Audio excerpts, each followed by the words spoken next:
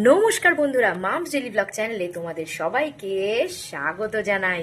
আবার একটা নতুন দিনের নতুন ব্লগ নিয়ে চলে এসেছি আমি তোমাদের সামনে। তাহলে চলো দেরি না করে লাইক, শেয়ার, সাবস্ক্রাইব করতে ভুলো না। Let's get started.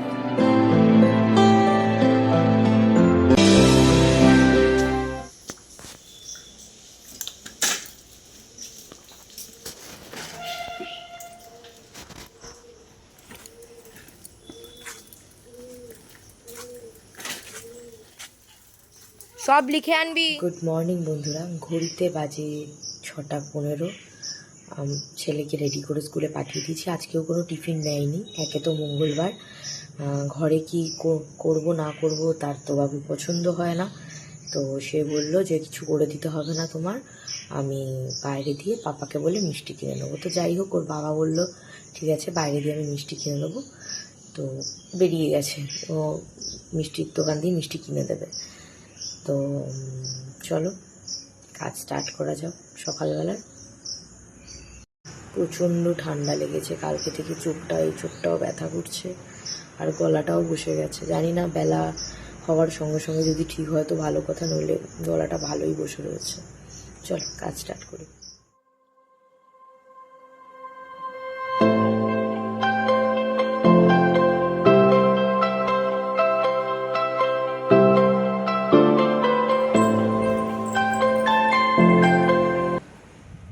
তো আমার উপরের কাজ শেষ, এবার আমি নিচে যাব, গিয়ে দেখি কি করতে হয়, মা কি বলে করতে। চা খেয়ে আমি সব কাজগুলো কমপ্লিট করে নেব। চলো বন্ধুরা,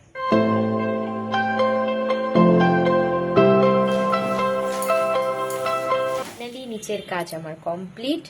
এবারে আমি উপরে চলে এসেছি, স্নান করব, পুজো দেব। আজকে পুজো দিতে সময় লাগবে কারণ আজকে মঙ্গলবার, হনুমানজির বার। আমাদের বজরংবলির পুজো হয় আমাদের বাড়িতে, তো হনুমান চালিসা পড়বো। তো চলো স্নান করে পুজোটা সেরে নিই, তারপরে কথা। ও আমার মঙ্গলবারের পুজো কমপ্লিট। এবারে চলো নিচে যাই, গিয়ে আমরা রান্নাটা চট করে সেরে ফেলি। ওটা আমি চলে গেছিলাম না, বেশি গরম হয়ে গেলে অসুবিধা হয়ে যেত, বুঝলে? গরমই হয়নি না, জ্বালাই তো নিয়োর জন্য। ওদিকে মা ঢেঁড়স ভাজা করছে আর এদিকে আমি অপেক্ষা করছি কখন জলটা একটু উষ্ণ গরম হবে। জল উষ্ণ গরম হয়ে গেছে, এবারে আমি দিয়ে দেবো ওই ধোকার পাউডারটা দিয়ে একটু নাড়িয়ে চাড়িয়ে গ্যাস ফ্লেমটা আমি অফ করে দেবো, দিয়ে 20 মিনিট আমরা ওয়েট করব। 20 মিনিট হয়ে গেছে, এইবারে কড়াইতে নাড়াচাড়া করব, করে নামিয়ে কেটে নেব। হ্যাঁ ওটা না, ডালাটা একদম মিশে গেছে। ওই যে 20 মিনিট যে রাখা ছিল না।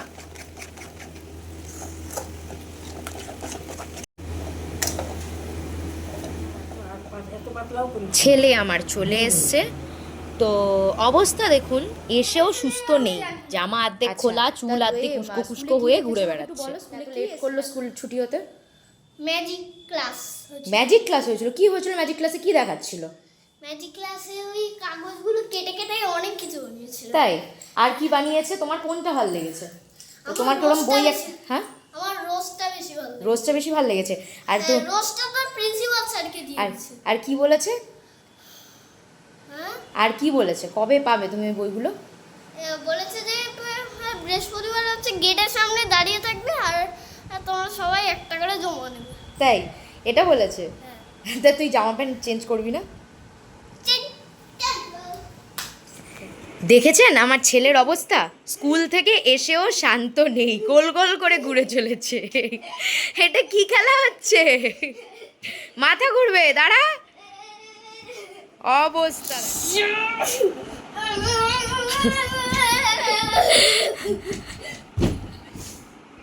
ও দেখলে তো বন্ধুরা, ধোকাটা করলাম, আর্ধেকে ছেড়ে রেখে আসতে হলো, কারণ আমার শাশুড়ি করতে দেবেন না, বললো তরকারিটা আমিই করব। যাই হোক, করুক উনি, তরকারিটা উনি করুক। আমি একটু উপরে এসছি জামা কাপড় তুলতে। এবারে জামা কাপড়গুলো দেখি শুকিয়েছে নাকি, সেই বুঝে তুলবো, কারণ কালকে থেকে ওই বৃষ্টি রোদ করে হচ্ছে বলে ওর জন্য আমি জামা কাপড়গুলো তুলতে পারছিলাম না। একটু হালকা ভেজা ভেজা আছে, কিন্তু মনে হয় শুকিয়ে যাবে এর মধ্যে, যদি ঘরে যদি মেলে দিয়ে একটু হালকা করে। তো না, মোটামুটি ভালোই শুকিয়ে গেছে দেখো বন্ধুরা। এগুলো দরকার ছিল, এগুলো নিয়ে নিয়েছি, বাদ বাকিটা পরে সরালেও হবে। ছেলে স্কুল থেকে আজকে এসে বলল যে মা কালকে ছুটি। তো আমি বললাম কেন আজকে ছুটি কেন? তখন বলল যে এই দেখো বন্ধুরা, আমার চলে এসছে হাজবেন্ড, এই দেখো।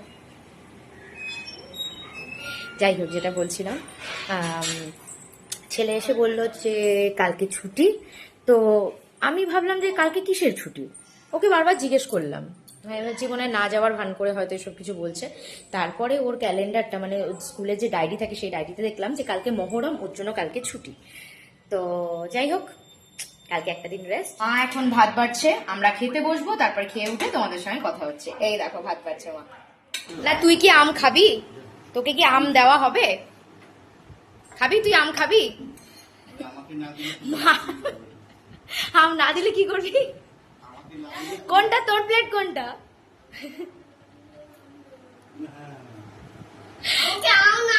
তো চলো আমরা খেয়ে নিই, তারপরে আজকের মতন এইটুকুই। কালকে আবার একটা নতুন ব্লগ নিয়ে আসবো আমরা।